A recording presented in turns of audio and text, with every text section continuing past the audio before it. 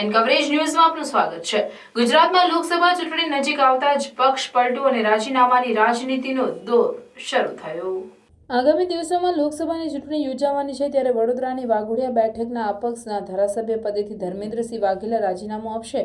ત્યારબાદ વિધિવત રીતે ભાજપમાં જોડાશે। ધર્મેન્દ્રસિંહ વાઘેલા વાઘોડિયા બેઠક પરથી ભાજપમાંથી પેટા ચૂંટણી લડશે। ભાજપમાં રાજકીય સમીકરણ સેટ થઈ જતા તેમણે રાજીનામું આપવાનો નિર્ણય લીધો છે। જોકે અગાઉ 2 વખત ધર્મેન્દ્રસિંહ વાઘેલા રાજીનામું આપશે એવી ચર્ચાઓ ચાલી હતી। જોકે થોડા દિવસ પહેલા જ ગુજરાત કોંગ્રેસના વિજાપુરના ધારાસભ્ય સીજે ચાવડાએ રાજીનામું આપ્યું હતું। ત્યારબાદ પોરબંદરના કોંગ્રેસના ધારાસભ્ય અર્જુન મોઢવાડિયા ભાજપમાં જોડાઈ શકે એવી ચર્ચાએ જોર પકડ્યું હતું। ત્યારે કોંગ્રેસના ધારાસભ્ય અર્જુન મોઢવાડિયાએ એને અફવા ગણાવી હતી અને ટ્વીટ કરીને જણાવ્યું હતું કે મારા કોઈ પણ ખુલાસા વિના વિવિધ મીડિયા ચેનલો દ્વારા મારી ભાજપમાં જોડાઈ રહ્યાની વાતો થઈ રહી છે, જેનો કોઈ આધાર નથી।